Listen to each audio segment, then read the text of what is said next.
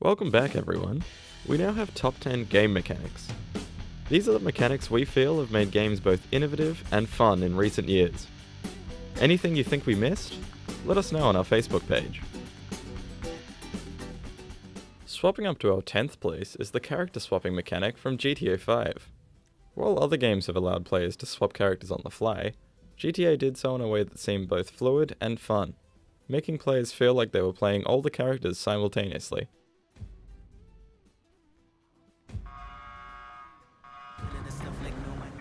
Close your eyes and then open them again quickly because it's the blink ability from Dishonored at number 9. The first ability given to players in Dishonored, it is able to be used in a wide range of scenarios, from stealth to a front-on assault.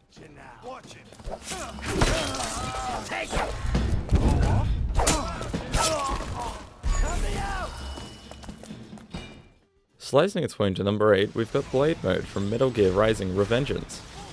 One of the prominent features of Revengeance, Blade Mode lets players be precise with their slicing, while allowing them to chop through almost anything in the world.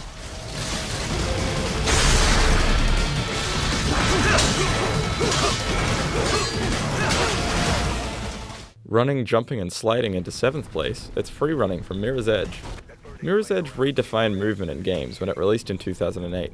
Its fluidity and momentum gave players one of the most realistic experiences of free running in a game to date.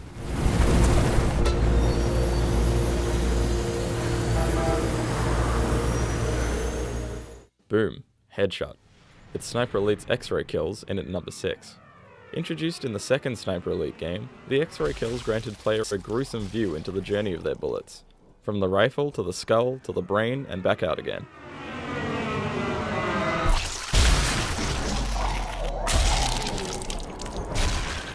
Finish him! Fatalities have been a major part of the Mortal Kombat formula since the original back in 1992.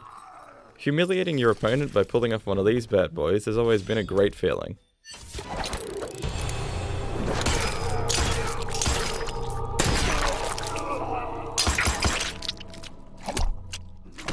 The interdimensional tears of Bioshock Infinite are in our 4th spot. Elizabeth's tears open up a numerous amount of new possibilities during fights.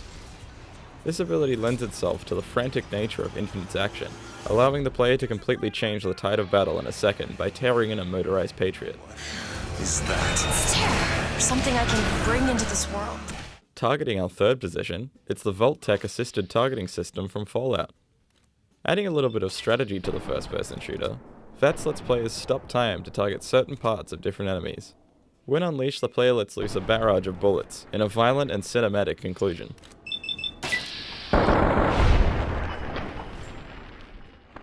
Flying through the air into our 2nd place, it's Bullet Time from Max Payne. Have you ever wanted to feel like a complete badass? Try firing 2 guns while diving in slow motion. Max's over-the-top action allows players to take on a whole lot of enemies and still have it be a fair fight.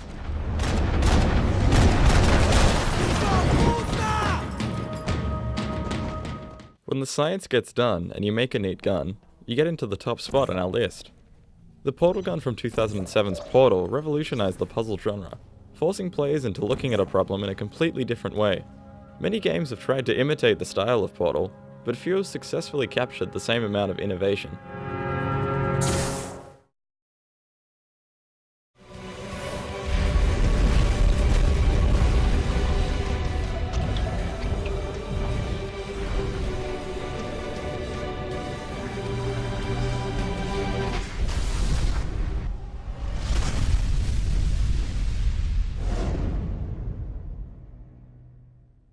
Hey, Daniel here.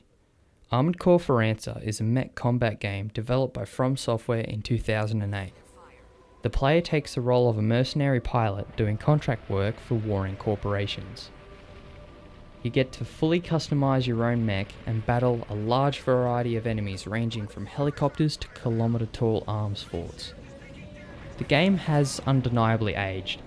However, its great controls and level of customization makes it worth revisiting.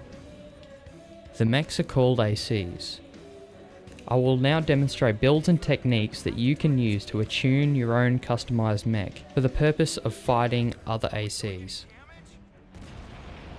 Every strategy has a counter strategy, however, so I'll show you these as well. Probably the safest method of encountering a hostile AC is to bombard them with missiles while maintaining a safe distance. When building an AC for this tactic, you want it to be light and have a high level of energy, so it can maintain a flight for as long as possible. You also want to have an extremely high ammo capacity, as it will likely take an extended period of time to disable your opponent. If this strategy is used against you, your best option is to equip a rapid-fire machine gun or chain gun. This will allow you to shoot down oncoming missiles before they can hit you. A bonus is that it is likely that they will take damage. Configuration with flares and a powerful side booster will go a long way to negating their build. If you are confident with your boosters, you can sustain fire on your target and they will fall. Next is the rush tactic.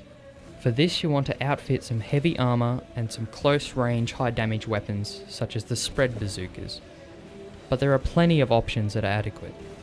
Use of your boosters to maintain minimum distance will make you less predictable and harder to escape, while also providing an effective evasive technique.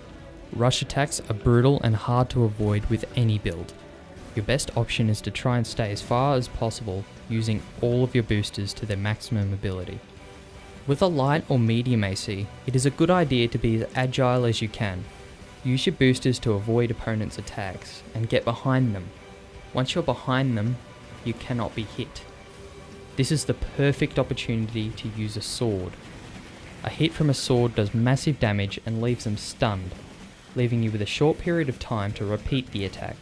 If you lack a sword, just try to be as evasive as possible and get behind them when you can. If someone tries to flank you, boost in the opposite direction that they do. This will make it significantly easier to keep them in view, as it decreases the angle that you have to turn. Other than that, use your most damaging weapon and let it rip. I will show you our custom ACs and describe their benefits and limitations. Gold Hope is a balanced build. It features missiles, a Gatling gun and a sword. This makes it most effective at medium range where it can bombard with missiles. The Gatling gun gives it effectiveness in long engagements as it is unlikely to run out of ammo. It has medium armor but is quite fast, making it a good flanking AC. As a jack of all trades, it never shines in any role. Blaze is a heavy build. It features heavy armor, 2 chain guns and 2 spread bazookas. It is fantastic at rushing enemies and countering missiles. As well as having a massive amount of health, it also has a near inexhaustible ammo supply, making it ideal for prolonged battles.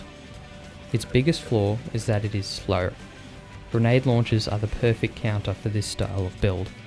Blue Hawk is a light build. As it features either 2 swords or 2 machine guns and has minimal armor, it is incredibly light. With its powerful boosters, it is very fast. Speed, however, comes at the expense of durability.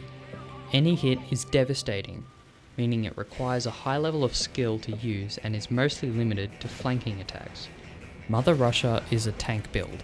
It supports 3 grenade launchers, heavy armor, and a powerful generator, meaning it is incredibly heavy. Surprisingly, it is capable of flying indefinitely, allowing it to rain death from above with the most damage output possible. However, it has a tiny ammo capacity, so it can only fight for a short time, then it will be virtually defenseless. Hopefully you've now been inspired on how you want your AC to perform. I'll see you next time on WG101.